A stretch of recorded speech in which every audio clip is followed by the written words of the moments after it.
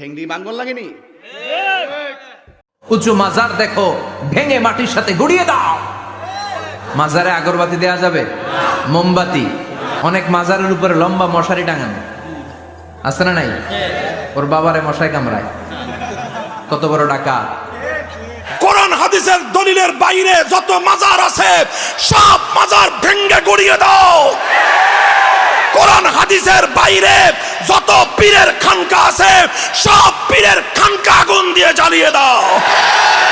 কোরআন হাদিসের সত্যিকার দলিলের বাইরে শায়েখ নামে যত ভণ্ড আছে সব ভণ্ডের আস্তানা গুড়িয়ে দাও।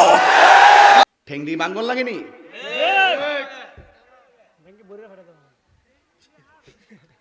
বাবা শাহজালাল যদি এই দেশে নাই তো ধুতি কাপড় পরতাম মিয়া। যারা কোন তোমরা ধুতি কাপড় পরতা, কথা কোন ঠিক না বলেন? লেংটি পরতা, একটা লোক নাই আল্লাহ ডাকবে কি জায়গায় কি খেদমত করছে ওলি আল্লাহরা। আর ওলি আল্লাহর মাজার বাঙ্গার কথা কো।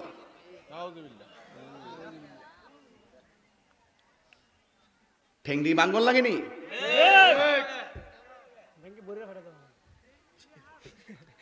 বাবা শাহজালাল যদি এই দেশে নাই তো ধুতি কাপড় পরতাম মিয়া। যারা কোন তোমরা ধুতি কাপড় পরতা, কথা কোন ঠিক না বলেন? লেংটি পরতা,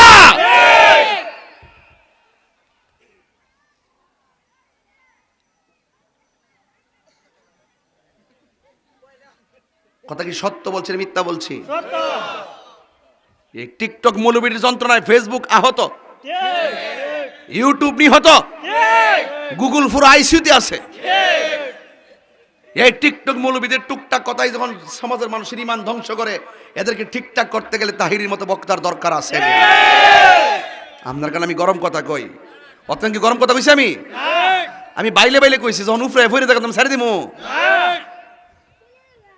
আমার মন্দ কো যাই কয় মাইনা নিমু। নুন খাইলে গুণ গাউন লাগবো নি? কথা কনা গাউন লাগবো নি? যে নুন খাইয়া গুণ গাই না, এটার কিতা আপনার এলাকাতে? হ্যাঁ না, নিমুখ খারাম কইটা রে। হ্যাঁ মুনাফিক বিহুবডা কোথা কিতা কস না কস বালা করে কস সাসা থাকো। বালা সরকার আলোচনা শুরু করছে না। মুনাফিক মুনাফিক দিলে ফর সাবজেক্ট যে নুন খায় গুণ গানা ডাইরেক্ট কস না নিমুখ খারাম। হ্যাঁ মাইনসার যা তুই না।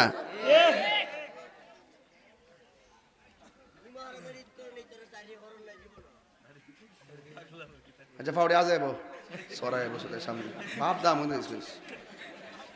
আল্লাহ আকবার জোরে কন্যা কি লেগে মিয়া বাজান আমার কথা কি রাগ করছেন আপনারা? আরে বাবা শাহজালাল 360 আউলিয়া 360 আউলিয়া আমাদের দেশের জন্য রহমত কিনা বলেন? এই জন্য এত আউলিয়া পাইছি দিক কই এলাকার মানুষ নবীর পাগল বেশি, আর অন্য সাইডে আউলিয়া কেরম কম গেছে দিক এইটির ভিতরে ঢুকছে ভাইরাস।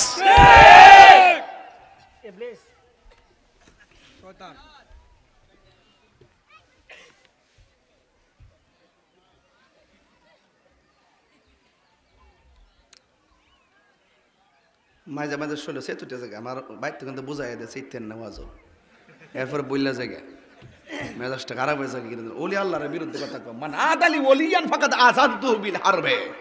যারা ওলি আল্লাহর বিরুদ্ধে কথা বলবে স্বয়ং আল্লাহ তাদের বিরুদ্ধে যুদ্ধের ঘোষণা করছে।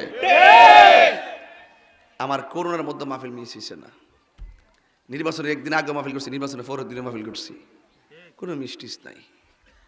কিরে আমরা ওলি আল্লাহর পক্ষে আছি? এটার ভিতরে একটা রহমত আছে না নাই? আছে কিনা বলেন?